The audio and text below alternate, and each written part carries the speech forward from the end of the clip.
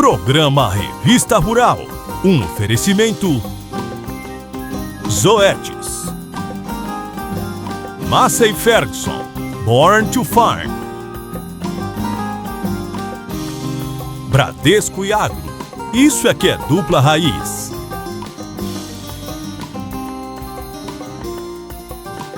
Tortuga, há 70 anos liderando o avanço no campo.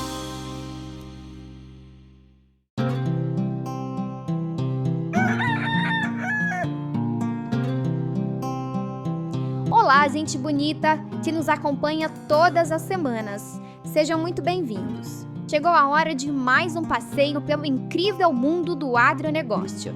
E nossa viagem começa agora.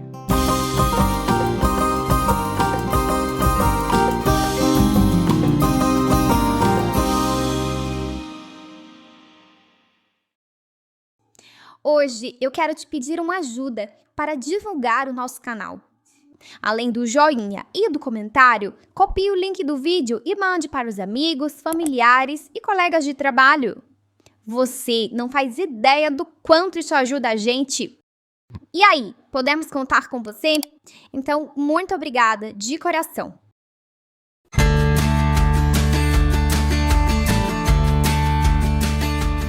Uma família italiana que desde lá no velho continente trabalhava com a agricultura. E quando chegou aqui no Brasil não foi diferente. Muitas décadas se passaram e hoje eles são uma fazenda referência na produção do milho safrinha. Minha família era produtor desde quando estava na Itália, né? Meus avós já mexiam com agricultura lá. E vieram para cá depois da Segunda Guerra Mundial, né? E se instalaram em Pedrinhas Paulista. E eu, desde pequeno, eu sempre gostei muito de mexer com a parte da agricultura. Tanto é que a gente morava numa fazenda, né? E minha mãe tinha uma horta muito boa lá. E a gente estava todos os dias nessa horta. E eu lembro que meu pai, ele comprava semente de soja. Eu era pequeno, ia lá, furava a sacaria e levava na horta para plantar, para ver como é que nascia, curiosidade de criança. E eu comecei a trabalhar muito cedo, 7 anos, 8 anos eu já estava trabalhando. Então, a minha primeira área arrendada, quando eu comecei mesmo, eu tinha 14 anos, 14 para 15 anos, e nunca mais parei. Aí eu fiz agronomia, eu passei pela Embrapa Soja, fiquei uns 2 anos e pouco lá, quase 3. Fui para o Mato Grosso, tive a experiência de trabalhar com o Grupo Mágico, fiz mestrado em Botucatu, né? E voltei para a fazenda e estou aqui até hoje.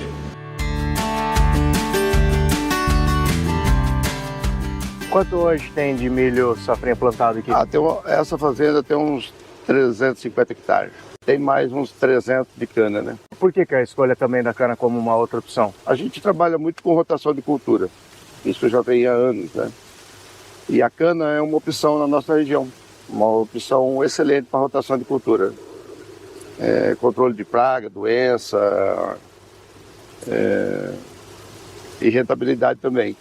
E os últimos anos nós temos sofrido muito com estresse hídrico, temperatura alta, preços ruins dos grãos, né? Então a cana foi uma opção da gente ter uma renda a mais segura na propriedade. A questão de manejo aqui do teu milho safrinha, quais são as principais ações que vocês tomam, as ferramentas utilizadas para chegar agora aqui na colheita e ter esse pé bonito aqui de milho?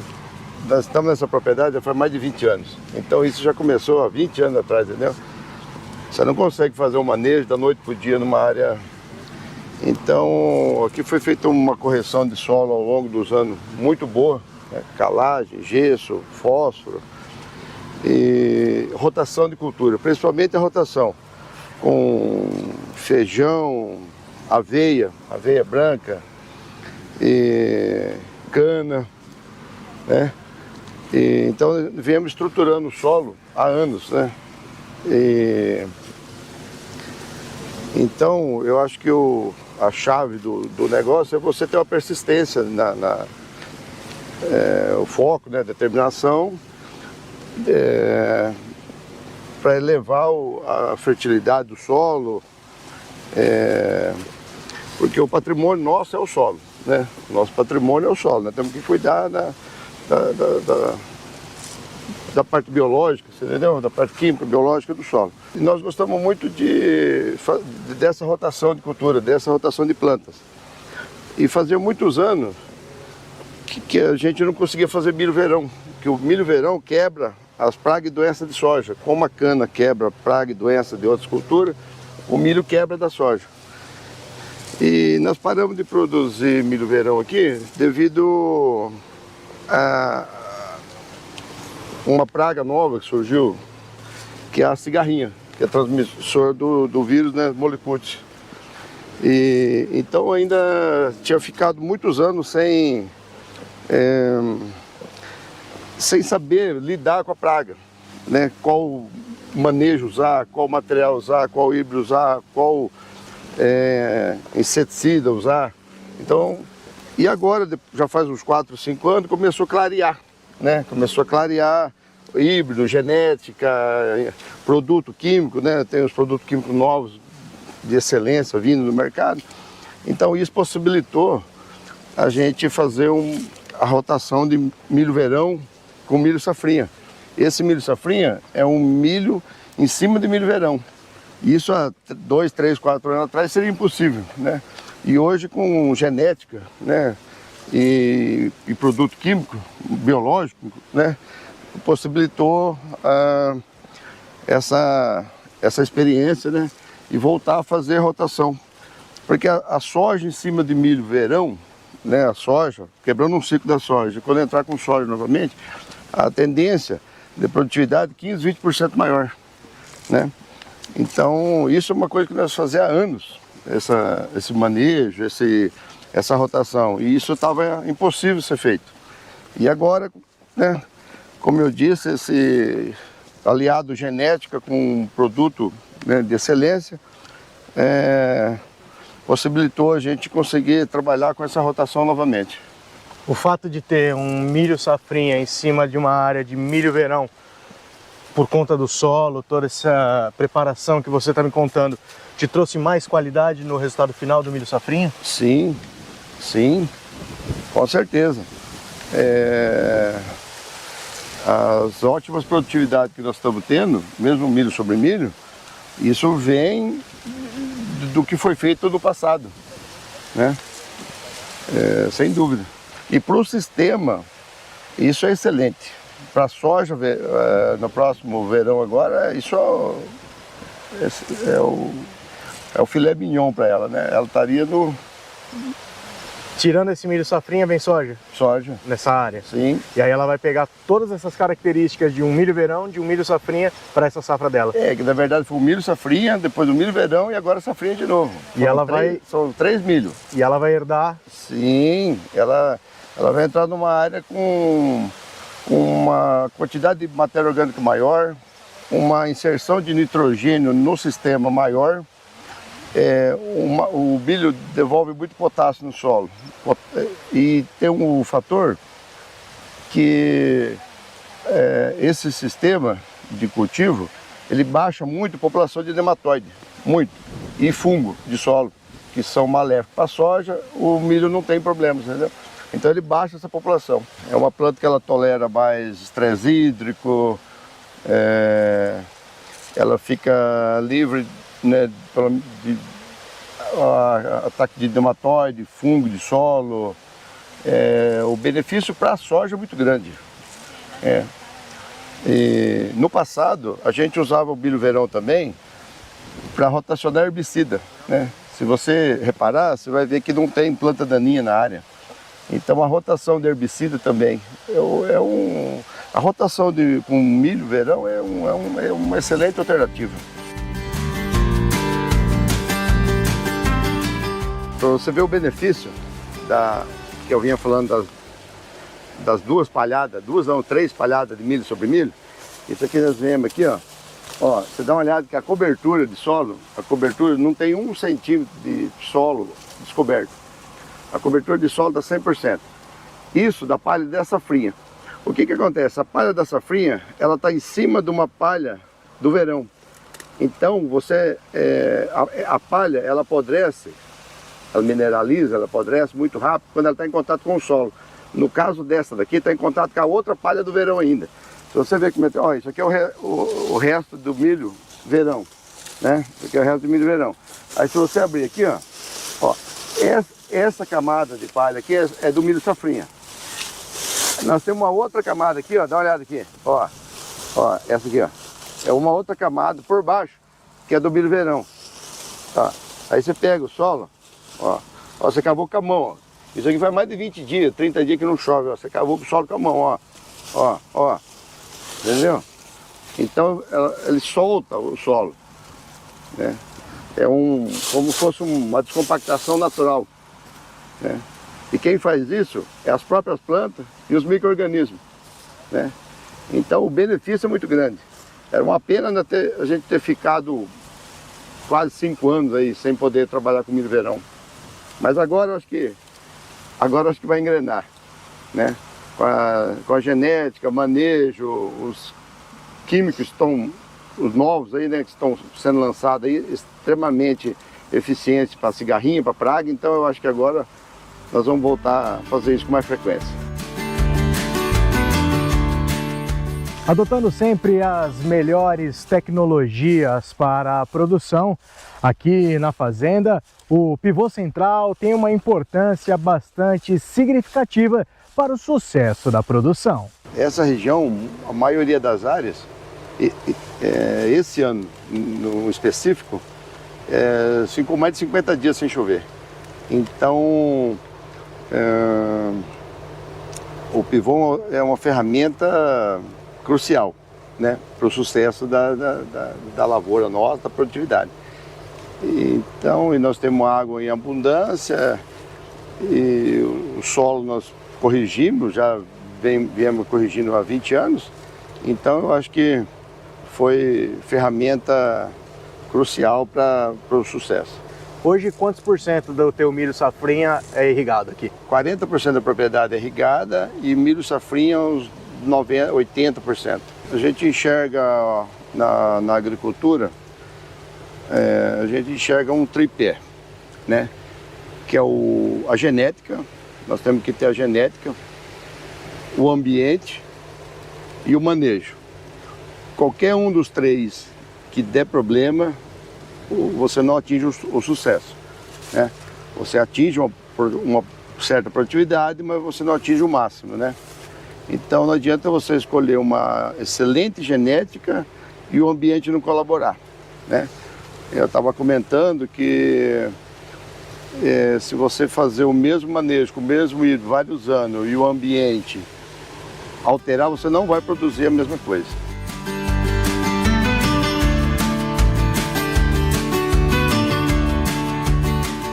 Bom, depois da gente conhecer um pouquinho do dia a dia, do manejo, do trabalho aqui da Fazenda Espírito Santo com o milho safrinha, claro que nós vamos também acompanhar a colheita. Estamos aqui exatamente na colheitadeira, né, Salvatore? Aqui é uma parte até que divertida, né? Pilotar uma máquina dessa e também fundamental exatamente para aquele trabalho todo que a gente tem conversado. Qual que é a rotina de colheita de vocês desse milho safrinha? Nós começamos a colheita do milho aqui com em torno de 24 de umidade, 24, 25 para baixo.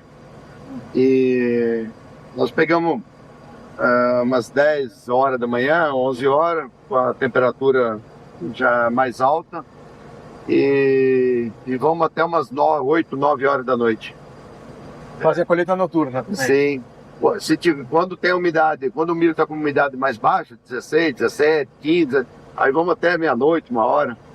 Para aproveitar a oportunidade. Sim, para aproveitar e tirar do campo mais cedo. O milho ele sofre influência com o vento, o vento derruba o milho e depois atrapalha a colheita.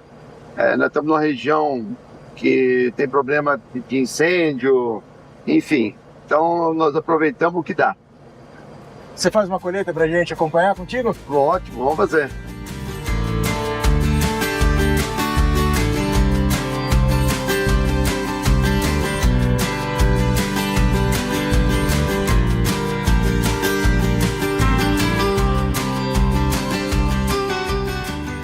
enquanto a gente vai passando aqui a colheitadeira, nós já vamos deixando a palha também no chão, beneficiando a próxima cultura. Sim. Hoje em dia as colheitadeiras mais modernas, elas têm essa capacidade de deixar a palhada mais uniforme no solo. Isso forma uma cobertura, dá um bom manejo de planta daninha e depois segura bem a umidade do solo, sabe? Então quem vai se beneficiar com essa palhada é a soja da próxima safra agora.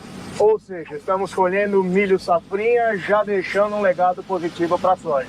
Sim, a soja agradece muito essa palhada uniforme no solo.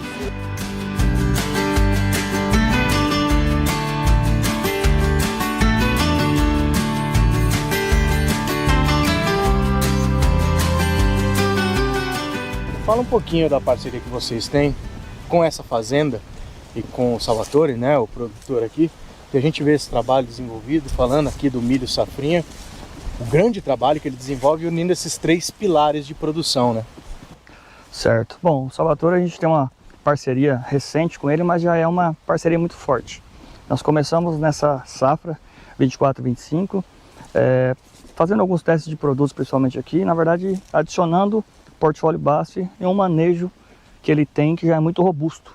Isso tem nos trazido bom resultado, principalmente quando a gente fala em residual na lavoura, que já tem um ótimo manejo. Nessa batalha contra esses desafios, qual que é a importância da evolução tecnológica que os produtos, as soluções que o mercado oferece aos produtores têm tido? Bom, de fato, nós já não podemos fazer muito mais dependendo só do clima. Nós precisamos de tecnologia. Aqui, de novo, é um bom exemplo porque estão empregados boa genética, com bons produtos para manejo e boa adubação. A tecnologia cada vez hoje se torna indispensável, cada vez mais se torna indispensável para o produtor.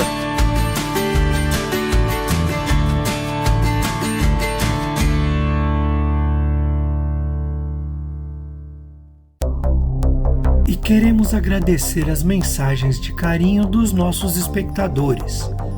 Carla Gomes, Rafael Felipe Silva, João Monteiro, Luiz Carlos Lima, Fabiano Bó, Nelson Cerqueira Reis, Antônio Rodrigues, Jô Gomes, Roberto Cardoso, Helenice Pires, Benedito Seixas, Rui Carlos Kastalski, Evaniel Vicente e o Anderson Henrique Lima da Cruz, que nos assiste lá de Paris, na França. É o programa Revista Rural Sem Fronteiras. E não deixem de mandar suas mensagens, elas são muito importantes para a gente.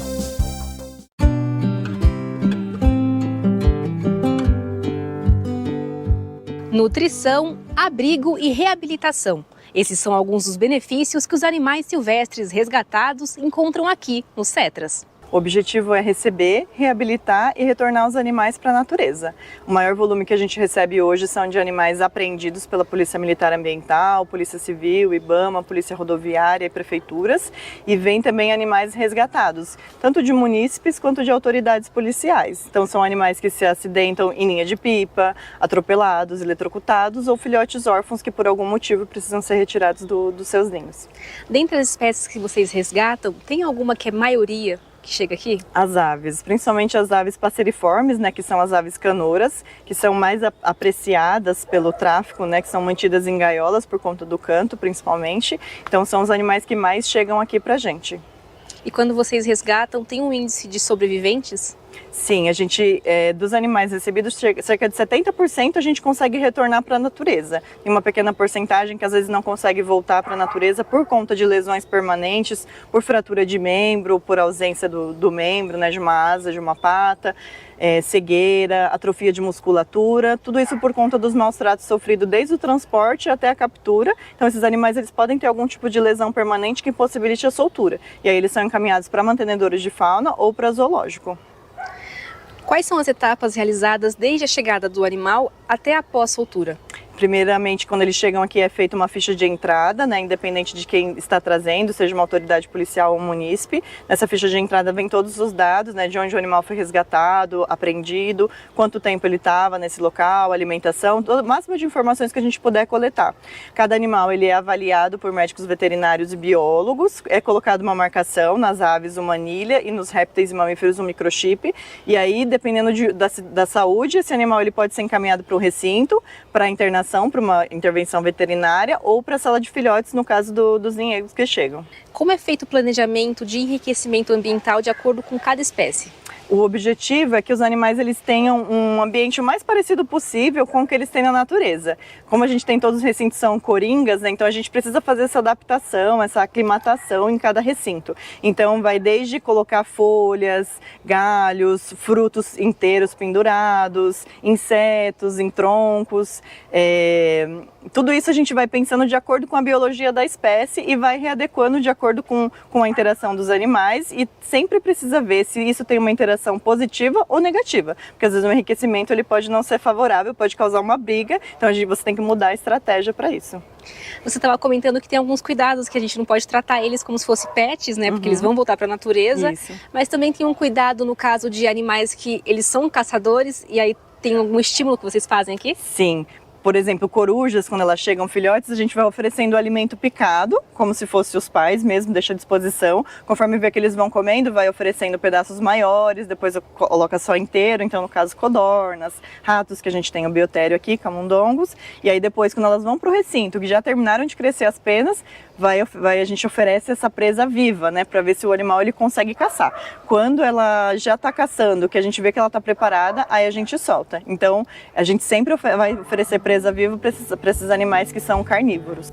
Para capturar filhotes de sagui, os caçadores sacrificam as mães, atitude que impacta na vida e no comportamento desses animais para sempre. Eles são muito inteligentes e eles acabam imprintando muito com as pessoas, né? Então é muito difícil a gente conseguir que esse comportamento volte 100%. Então, no caso dos saguis em especial, a gente, além dessa socialização, porque os primatas eles são muito territorialistas, então para você soltar um grupo de primata num determinado lugar, você não pode ter outros primatas naquele lugar. Tem um outro problema que é a questão dos híbridos, né? Naturalmente aqui em São Paulo a gente tem a espécie de Calitrix aurita, que é o sagui caveirinho, não sei se você conhece, mas é um bicho que ele é endêmico da Mata Atlântica e ele é ameaçado de extinção hoje por conta de destruição de habitat e por conta de terem sido introduzidas essas outras espécies de sagui. Então, às vezes uma pessoa tem um sagui, aí pega filhote porque é bonitinho, e aí chega uma hora que o bicho começa a fazer xixi pela casa, morde alguém, então a pessoa vai lá e solta esse animal. E aí ele acaba estabelecendo população, se junta com outros indivíduos que foram soltos de forma irregular, e aí vai destruindo o habitat daquele sagui que era endêmico da Mata Atlântica, que hoje ele é ameaçado de extinção por conta disso. E aí eles vão cruzando uma espécie, por exemplo, sagui de tufo branco, que é do Nordeste, sagui de tufo preto, que é do interior de São Paulo. Hoje a gente consegue avistar essas espécies aqui em São Paulo por conta dessas solturas irregulares. Então, para você poder ter certeza, você precisa fazer o mapeamento genético para poder saber exatamente qual é aquela espécie. Porque às vezes você olha, ele tem os tufinhos branco, parece um tufo branco, mas ele tem características que condizem que ele tem uma mistura de espécies ali. Então é mais complicado de sagui. E atualmente, qual é a média de animais que vocês recebem nessa unidade por ano? De 6 a 7 mil animais por ano. Basta a estação do ano mudar que a gente já procura formas de se aquecer ou de se refrescar. Mas e no caso de animais que estão fora de seus ambientes naturais? É preciso tomar algumas medidas. Neste recinto, lonas de plástico e folhas de palmeiras são instaladas.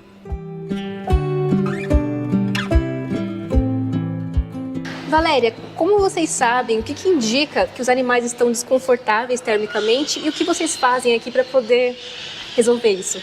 No caso do frio, os animais eles começam a ficar um pouco mais embolados, mais arrepiados, principalmente as aves, elas começam a eriçar as penas para fazer o controle da temperatura, porque as penas são extremamente importantes para isso. E no caso dos saguis, eles ficam mais parados, né, ficam mais prostrados, então a gente precisa agir rápido, porque os animais que chegam aqui, eles já estão em situação de vulnerabilidade. A gente faz instalação das cortinas, instalação de caminhas para os mamíferos, oferecimento de uma dieta mais calórica, mais proteica, justamente para que ele consiga suportar todo o frio que é aqui em São Paulo. No caso do calor é mais agradável, porque a gente consegue fazer sorvete, faz os esguichos de água, né, de mangueira, para esses bichos poderem tomar banho. Então coloca umas folhagens dentro do recinto justamente para dar uma sensação de frescor. Nos dois cenários, tanto na época de frio como no calor, tem alguma espécie que é mais exigente ou até mesmo mais sensível? No caso dos mamíferos, né, principalmente no frio, a gente precisa agir para poder fazer esse controle térmico. E as espécies que vêm no Nordeste, por exemplo, os jabutis, os galos de Campina, que são espécies extremamente adaptadas para o calor. Então, quando eles vêm para São Paulo, tem essa oscilação de temperatura e de umidade, a gente precisa agir rápido para que esse bicho não fique doente. Com certeza, todos os animais que chegam aqui, eles trazem uma história diferente que acaba marcando pelo trabalho que vocês realizam de reabilitação. Alguns conseguem sobreviver, outros não. Mas tem alguma história que mais marcou nessa sua trajetória profissional? Sim, há uns 2 anos atrás a gente recebeu uma apreensão de um ônibus vindo da Bahia com 1.200 animais. Desses, a gente já tinha muitos animais que estavam mortos por conta dos maus tratos, né? Desde a captura lá no Nordeste até chegar aqui. Os animais eles iam ser vendidos para cá. E aí eram muitos animais aglomerados em espaços pequenos, privados de alimentação. Muitos animais vieram a óbito, mas a gente conseguiu agir para melhorar a alimentação, colocar eles em espaços maiores, né? Fazer o processo de reabilitação para que eles pudessem retornar para a natureza. Esse trabalho precisa ser feito, na maioria das vezes, porque há o tráfico de animais, né? Se você pudesse deixar uma mensagem para quem adquire esses animais, para que tenha consciência do que estão fazendo, o que você diria? Eu diria, não compre. É melhor a gente colocar o alimento, né, em comedouros para que as aves venham, para que a gente possa observar, porque tudo isso que as pessoas fazem, né, para poder ter um animal em gaiola, muitos outros morrem. Então, qual é o preço, né, que a gente paga, né, por estar destruindo tudo isso? Muitas pessoas falam que gostam de um animal e aí mantém ele numa gaiola, muitas vezes suja, com uma alimentação totalmente inadequada, e esse animal privado da sua liberdade de exercer o seu papel biológico, de poder conviver com outros indivíduos da mesma espécie. Então, acho que é importante, né, a gente trabalhar também educação ambiental com as pessoas, nas escolas principalmente, para que as pessoas possam entender o quão é importante, né, a conservação e não manter esses animais em gaiolas, que a gente precisa preservar o ambiente.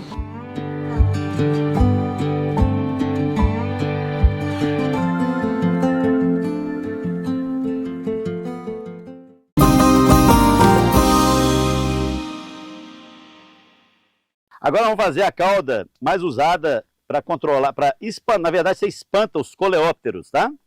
Nós vamos fazer aqui, nós precisamos de uma coisa para esmagar isso aqui.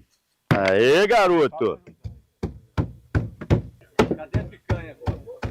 Aí esse aqui vai ser um tempero completo mesmo. Pimenta do reino, alho, pimenta malagueta. Trio parada dura aqui agora, que não é para fazer o tempero, nós vamos fazer um inseticida. Pode tirar a bagaceira, nos interessa mais é o alho, pode tirar essas bagaceiras que não tem. Fazer a limpeza. Faz a limpeza aí, ó. Aí, ó. O máximo de bagaceira. Se quiser colocar, pode também, mas não tem princípio ativo nenhum na casca. O que interessa pra gente é o alho, né? Não é a casca do alho, não. Agora nós vamos encher a garrafa PET. Agora tem que vedar, nós vamos colocar álcool, tem que ser bem vedado, para o álcool evaporar. Tá? Nós vamos fazer um extrato alcoólico. É uma espécie de um fitoterápico, tá? Álcool 70 ou álcool 90. Álcool de posto de gasolina está proibido, hein, gente? Agora 100 gramas de pimenta. Balança o bichão. O que é isso? Esse aqui pode colocar a quantidade certa, que esse aqui a gente vai fazer uma divisão. Pimenta malagueta batida no liquidificador, né, gente? É melhor do que esses trem comprados caro, né? E o último ingrediente, que talvez é o melhor de todos. Pimenta do reino. 100 gramas de pimenta do reino. São 3 pacotinhos de 30 gramas aqui, vai dar 90 gramas. Agora nós vamos colocar o álcool. Agora vocês podem despejar o álcool aí. 1, 2, 3. Não vai caber os 3. Vai sobrar um pouquinho de álcool, né? Porque ocupou um volume ali dentro, né? Não tem problema não. Como é que foi a proporção aí, Tino? 100 gramas de cada, 3 litros de álcool. Se você tiver produtor... 100 gramas de pimenta malagueta e 100 gramas de alho. Alho, pimenta malagueta e pimenta do reino. 100 gramas de cada. 3 litros de álcool. É o que couber de álcool aí. Geralmente dá 2,8 litros. Isso aqui para... Isso aí para 3 litros de álcool. Agora nós vamos chacoalhar o bichão, deixar curtindo durante uma semana. Aí nós vamos pegar 1,5 copo, que é 300 ml, ou 400 ml. É no mínimo 300, no máximo 400 ml, para 20 litros de água. Como isso aqui vai bater e escorrer na folha, como espalhante adesivo, a gente usa o detergente com óleo de cozinha 50 ml para 20 litros de água.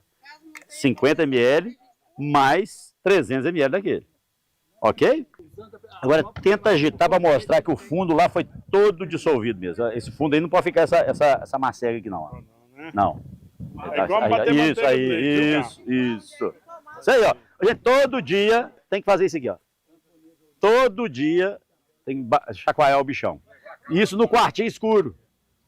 Não pode, aqui é uma oficina, né, gente? Ambiente aberto. Isso aqui é como se fosse um fitoterápico. Todo fitoterápico, quando você for fazer algum produto fitoterápico para usar, não só para consumo humano, como para as plantas, deve ser colocado no ambiente escuro, porque a luz interfere nos princípios ativos.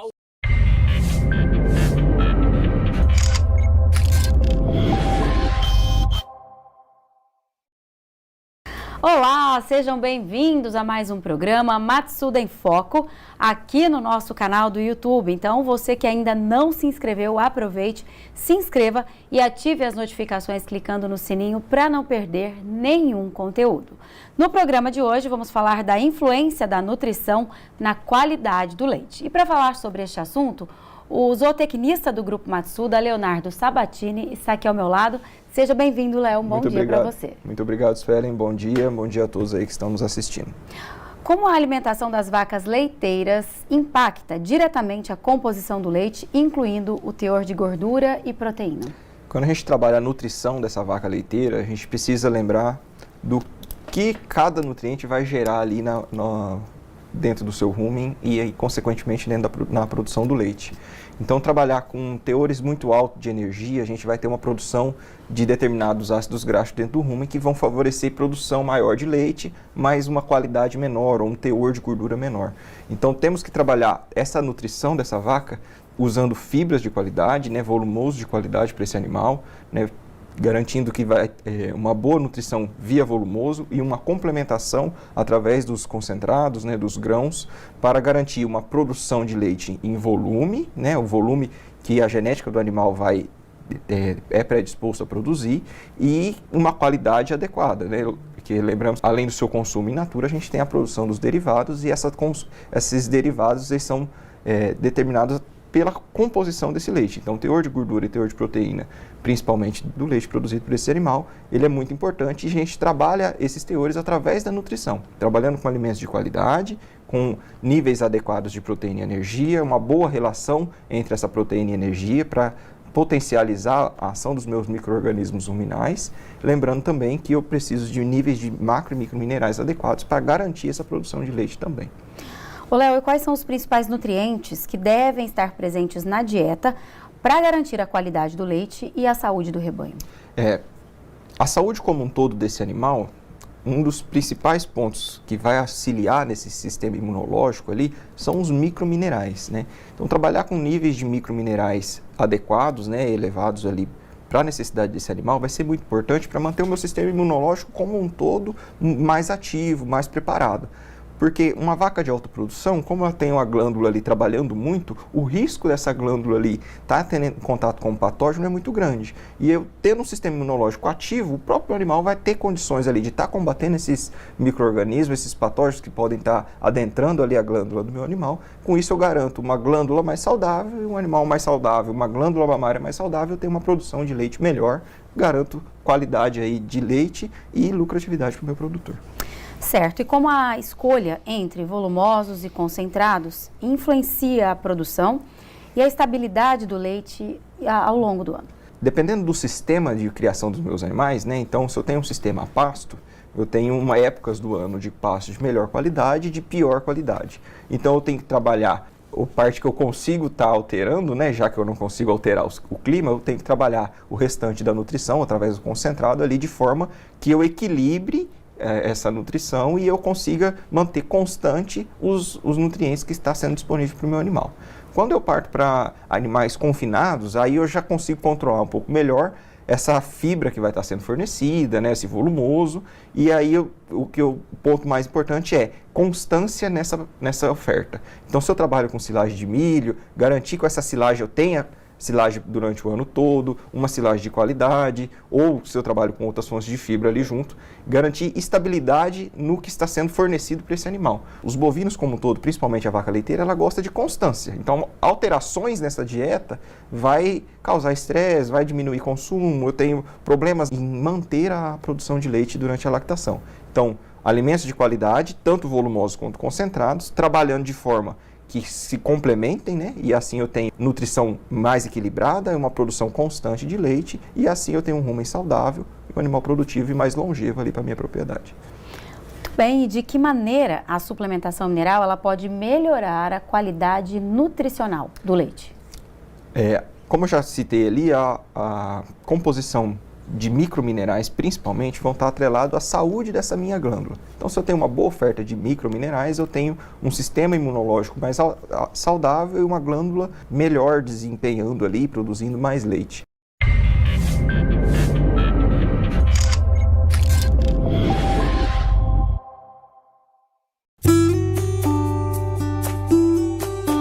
Assim como a gente, os animais também se sentem mais seguros e felizes quando estão em família. E por essa razão, os pesquisadores da Embrapa vêm preconizando um novo sistema de criação de suínos, onde os leitões ficam mais tempo juntos após o nascimento. O que significa isso? Uma leitegada, os leitões filhos de uma mesma porca, que são irmãos, eles permanecem juntos desde o nascimento até o abate, na mesma baia. Então jamais há ocorrência de mistura de leitões.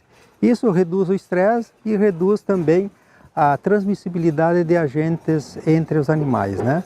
É um princípio extremamente importante para a redução da ocorrência de doenças. Esses significativos ganhos em saúde dos animais vêm ao encontro de uma demanda cada vez maior por parte dos consumidores. A partir dos anos 2000, houve uma preocupação mundial com relação ao uso de antibióticos na produção animal. Tanto para a questão de resistência dos próprios agentes que causam doença nos animais, como também em função da saúde humana. Dessa possibilidade de transmitir genes da resistência de bactérias de animais para humanos, né? A partir de 2009, nós iniciamos então esse projeto, cujo objetivo é ter uma metodologia em pequena escala para a produção de suínos sem o uso coletivo de antimicrobianos ou antibióticos. A economia de gastos com medicamentos na adoção do sistema também é um fator que chama muito a atenção. Desde 2009 até hoje, o sistema andou sempre, né?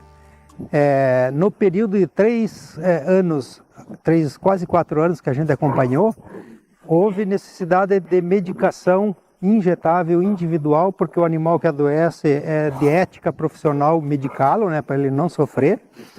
Houve a medicação de 3%, 3 e alguma coisa por cento na fase de creche e 8,3% na fase de crescimento e terminação. Isso é um número extremamente baixo, né, em relação ao total, que são 100%, né? Quer dizer, mais de 85% dos animais produzidos nunca foram medicados, nem individualmente. Durante esses 9 anos também não houve necessidade de nenhum tratamento coletivo, via água ou ração. Não se fez nenhum tratamento durante todo esse período aí, né? E mais incrível que pareça, os dados de desempenho e de saúde dos animais são melhores até ou equiparados aos dados publicados na literatura de rebanhos convencionais aqui do Brasil, né? São extremamente importantes. O outro aspecto fundamental, digamos assim, para manter um rebanho livre ou sem antibióticos é a questão nutricional, né? Então esses animais eles recebem uma ração como todos os animais do campo recebem, que satisfaça as exigências nutricionais dos animais, né? Mas além disso nós adicionamos um probiótico, adicionamos o zinco, óxido de zinco para controle de problemas entéricos no desmame e adicionamos o plasma spray dry, o plasma seco, né, de suíno para melhorar a digestibilidade dos alimentos. O sistema não chega a ser inviável para a produção em escalas maiores, mas é no pequeno produtor, com até 60 matrizes, que ele se mostra mais eficiente e traz inúmeros ganhos financeiros e de manejo. Como é um pequeno sistema de produção, esse aqui, como exemplo, nós temos um lote a cada 21 dias. E isso é muito importante para racionalizar o uso da mão de obra, né? E também reduzir a transmissibilidade de leitões mais velhos para leitões mais jovens. Nos sistemas convencionais, hoje, muita gente utiliza o desmame 21 dias, que ele é bastante precoce e o aparelho digestivo dos animais não está ainda bem preparado para a alimentação sólida que é dada depois do desmame. Então a gente ampliou a idade de desmame para 28 dias de média. É claro que a média representa aí a idade um pouquinho maior, um pouquinho menor, mas a gente não aceita desmames antes de 23 dias de idade. Então os leitões já possuem o intestino preparado para os desafios posteriores.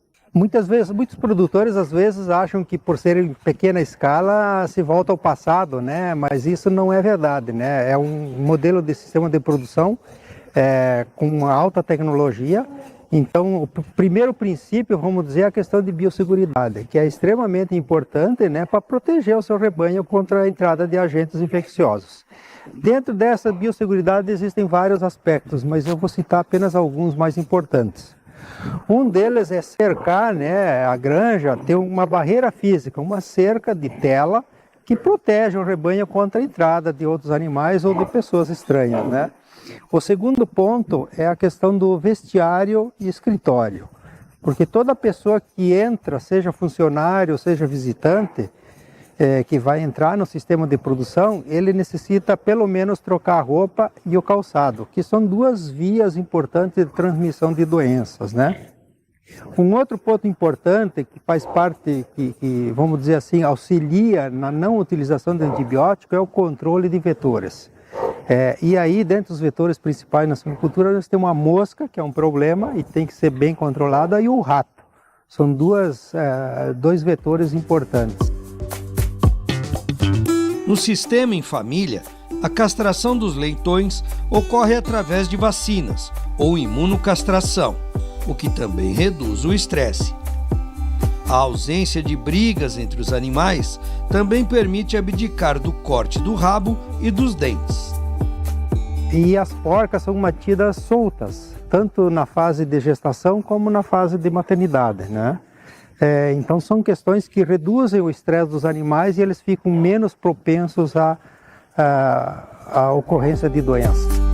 Existe ainda uma outra conta importante a se fazer para decidir entrar ou não no sistema, pois além das vantagens no processo de criação, ele pode ainda agregar valor ao produto final. Do ponto de vista de acesso ao mercado e agregação de valor, o sistema de produção de suínos em família, ele traz vários atributos que são muito valorizados em alguns segmentos do mercado consumidor, sobretudo o mercado consumidor de maior renda.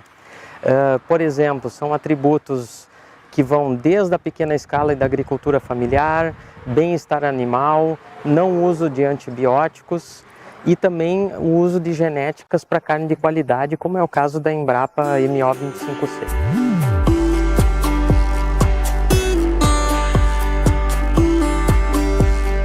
A forma de adesão ao sistema, ela envolve aí a adoção de diversas práticas, processos, algumas mudanças nas instalações que o suinocultor independente ou mesmo ligado a uma cooperativa pode fazer. A melhor forma de adotar o sistema não é de forma isolada, mas sim por intermédio da sua cooperativa, da sua associação e sempre pensando que tem dois elementos fundamentais para que ele consiga ter sucesso nesse objetivo. O primeiro deles é estar aliado a um ponto de venda, ou seja, uma empresa de varejo que já explora esses produtos de valor agregado. A outra questão é ter uma assistência técnica de qualidade que entenda os preceitos do sistema e ajude este suinocultor ou esta suinocultora a implementar as boas práticas de produção que o sistema preconiza.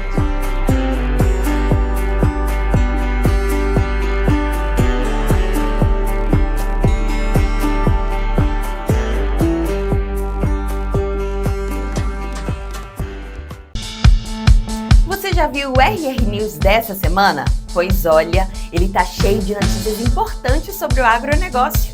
O RR News é o novo jornal da Revista Rural, que traz tudo o que rolou durante a semana e o que é melhor, com a qualidade que você já conhece. É só acessar o nosso canal no YouTube e assistir. Vale a pena!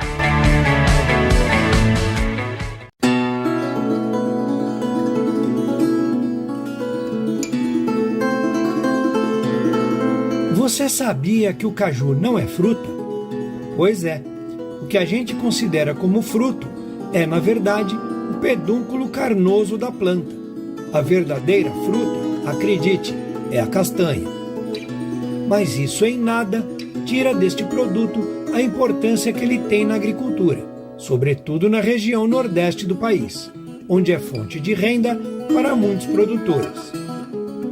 O caju tem dado saltos de qualidade e produtividade, graças às novas pesquisas de melhoramento genético e também às novas técnicas mais eficientes de manejo. Hoje, na cajucultura, a gente está implementando novas técnicas, novos manejos que agregam valor à produção, trazem uma redução de custo quando usado de forma assertiva, correta e pontual, e a gente também pode aumentar a produtividade dentro dos recursos que o produtor já possui. Hoje nós estamos trabalhando com inovação tecnológica na área de controle fitossanitário, que é de extrema importância hoje para o cajueiro precoce aqui na região. Então, para iniciar, falar um pouco sobre o controle fitossanitário aqui do cajueiro, hoje as principais pragas na nossa região é a traça da castanha, já muito bem conhecida, e a entrada de pragas novas como a cochonilha rosada do hibisco e a tríplice da verruga. Em relação a doenças, a gente tem problemas principalmente com o oídio do cajueiro. Essas pragas e essas doenças são de alta importância econômica, podem trazer bastante prejuízos à produção. O nosso manejo aqui executado é com o uso principalmente de defensivos químicos. A gente faz o uso de fungicidas e inseticidas, que possuem um registro para a cultura, dentro das doses recomendadas, com a utilização sempre de EPI, proteção por meio dos produtores e fazendo a aplicação da forma mais assertiva possível. Como é essa forma? Entrando sempre no ponto de entrada da praga ou da doença. O que a gente pode observar aqui é que o cajueiro ele possui todas as fases durante o período de produção. Então você vai achar flores pequenas, saída de brotação, flores novas, maturização e você vai achar caju maduro. Então você vai encontrar todas as fases na mesma época. Quando é que eu tenho que entrar com esse controle? Geralmente a maioria das pragas e doenças entram na saída dos botões florais. Então eu tenho que executar esses controles dentro dessa janela. Iniciar, porque a partir do momento em que ou o oídio ou a traça da castanha ela entra nesse ponto aqui, eu já perdi essa flor. Eu posso até prevenir para as camadas seguintes, mas a camada que ficou para trás, que sofreu o ataque, ela já está comprometida. Ela pode até vingar, mas aí eu vou ter problema de qualidade, eu vou ter caju rachado, eu vou ter castanha furada em campo, e isso vai acarretar prejuízo ao produtor. Então, eu entrando nesse período aqui, eu faço a prevenção e entro antes que a praga comece a agir, fazendo com que eu tenha diminuição dos indivíduos em campo. Outro ponto de extrema importância que nós estamos modificando aqui é o momento da aplicação. Usando já os recursos que o produtor já tinha, nós estamos apenas adequando a tecnologia para que ela seja mais assertiva possível. Aumentando o volume de cauda, conseguindo equilibrar melhor as pulverizações, fazendo as repetições dentro dos prazos indicados na bula pelos fabricantes e respeitando sempre e observando o ciclo natural e a ecofisiologia da praga, para que a gente seja o mais assertivo possível e consiga ter o controle de forma mais adequada. Passando para o ponto da nutrição foliar, que é outro ponto agora de extrema importância durante o período de colheita, o que nós observamos é que os produtores costumam fazer muitas vezes adubação no solo, com alguns macronutrientes, né, principalmente nitrogênio, fósforo e potássio, através da aplicação de NPK, mas eles não suprem a planta com outros nutrientes que são tão essenciais quanto, no caso, principalmente de micronutrientes. E aí, quando chega essa etapa agora de floração, a planta ela necessita, principalmente, aumenta a demanda específica por alguns nutrientes, que é o caso do cálcio e do boro. O cálcio ele vai melhorar a resistência do pedúnculo, ele vai dar mais consistência para a casca do caju e ele também vai ajudar na produção de pólen. O boro ele vai atuar principalmente no alongamento do tubo polínico, fazendo com que as flores hermafroditas sejam mais receptivas a esse pólen, aumentando assim a taxa de pegamento, a taxa de fecundação das flores, certo? Propiciando assim uma maior quantidade de frutos por panícula, aumentando a qualidade do fruto e gerando maior renda para o produtor. Após esse período, nós estamos focando também quando o maturi chega nessa fase menorzinha, em que ele precisa de um maior enchimento, nós entramos também hoje com produtos específicos para enchimento à base de potássio. Potássio, como ele é responsável por remanejar os açúcares dentro dos frutos, a aplicação correta e adequada de potássio na época certa, com fontes boas, você pode ter um maior desenvolvimento do pedúnculo, você vai ter um fruto maior, pseudofruto maior, mais adocicado, de maior qualidade, e você vai conseguir destinar esses frutos para um mercado diferenciado, mercado de mesa, o mercado de feira, e isso tudo com recursos que o produtor já tem. Esse mercado de mesa, esse mercado de feira, que é o mercado de consumo in natura, ele gera uma lucratividade por produto muito maior do que o mercado convencional para suco e para polpa, gerando assim um aumento de rentabilidade novamente para o produtor. Mais popular no suco, o caju vem conquistando cada vez mais espaço no consumo in natura e já vem se transformando em figurinha carimbada nos sacolões e feiras da região sudeste do país. Na nossa região, nós temos 3 subprodutos, digamos assim, da colheita do caju. Nós temos 3 classificações diferentes. Nós temos um caju para polpa, que é um caju sem padrão, caju que é vendido para as fábricas que irão processar e fazer suco, polpa desse caju. Nós temos também o caju de mesa, que é o caju de alto valor agregado, o caju que é exportado e sai para outras regiões do país. E nós temos também um intermediário, que é o caju de feira, conhecido. Nós vamos nos ater hoje a falar um pouco sobre a colheita e a produção do caju de mesa. O caju de mesa, por ser um caju de maior qualidade, ele exige também maiores tratos culturais. Ele é um caju que precisa ter um controle fitossanitário bem alinhado, onde o produtor tem que fazer o controle de pragas e doenças para que eles não afetem a qualidade do caju, não tragam manchas, não deixem ele rachado, não traga nenhum tipo de deformidade para o caju. Nós temos também a questão de nutrição de plantas. O caju de mesa ele exige um aporte maior nutricional durante o período do inverno, onde a gente faz a adubação no solo, né, dentro da resposta que a gente obtém das análises de solo, e também fazemos complementos durante o período mais seco com adubação foliar, já que fica inviável fazer adubação no solo devido à falta de água. A colheita desse caju ela é feita de forma toda manual. O produtor vem fazendo essa colheita, sempre cercando a planta, porque a produção do caju, a gente sempre faz a poda para o caju de mesa destinando os ramos mais produtivos para essa parte externa, eliminando o máximo possível a parte interna da copa, porque a produção sendo perimetral e mantendo o caju com a baixa estrutura, estatura, eu permito que o colhedor ele faça o mínimo esforço possível para coletar esse caju. E ele venha só aqui e faça a retirada desse fruto com a mão mesmo. E aí ele faz a coleta, né? E aí ele vai colocar na caixa. O caju de mesa, ele vai com a castanha, certo? Ele é comercializado com a castanha. Diferente do que eu já mencionei antes, o caju de polpa, onde o produtor vende só o caju e acaba retendo essa castanha para venda posterior. Mesmo com a ida da castanha e o caju juntos, devido ao preço praticado, ele possui uma lucratividade muito maior do que outros tipos de caju. Falando em relação à qualidade e ponto de colheita, esse caju aqui, ele ainda não é o adequado para o caju de mesa, devido ao seu tamanho, ele tem um tamanho reduzido e ele está muito maduro. Um dos problemas do caju é porque ele tem uma vida de prateleira muito baixa. Então, o caju que é colhido pela manhã, se colhido muito maduro, à tarde ele pode ter problema já para a comercialização, porque ele começa a ficar muito mole. Os açúcares deles começam a se degradar muito rápido e aí você começa a perder qualidade.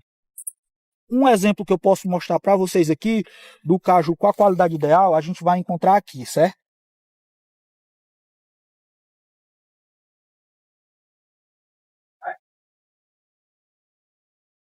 Então, esse caju aqui, a gente já pode observar que ele tem um tamanho bem maior. A castanha dele está bem mais limpa. Você vê uma castanha cinza, acinzentada, mais limpinha, com menos sujeira, né? Você vê ele muito mais uniforme na sua coloração. Esse cajuzinho que você vai ver, ó, manchas amarelas, manchas avermelhadas. Esse aqui ele está todo uniforme. E a diferença é o que? Ele foi colhido de vez. Ele ainda possui essas estrias esverdeadas que indicam, né, que ele é um caju que ainda não completou todo o seu processo de amadurecimento. Isso vai permitir que ele tenha uma vida muito mais longa ao sair aqui da propriedade e para o galpão onde vai ser embalado, refrigerado, e aí ele vai para o mercado de São Paulo, Rio de Janeiro, Brasília, para todo o país.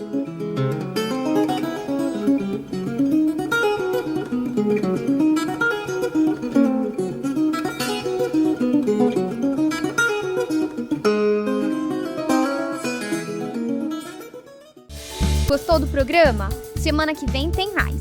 Não esqueça de curtir, seguir o canal e fazer seu comentário abaixo, ok? Uma ótima semana para você e até a próxima!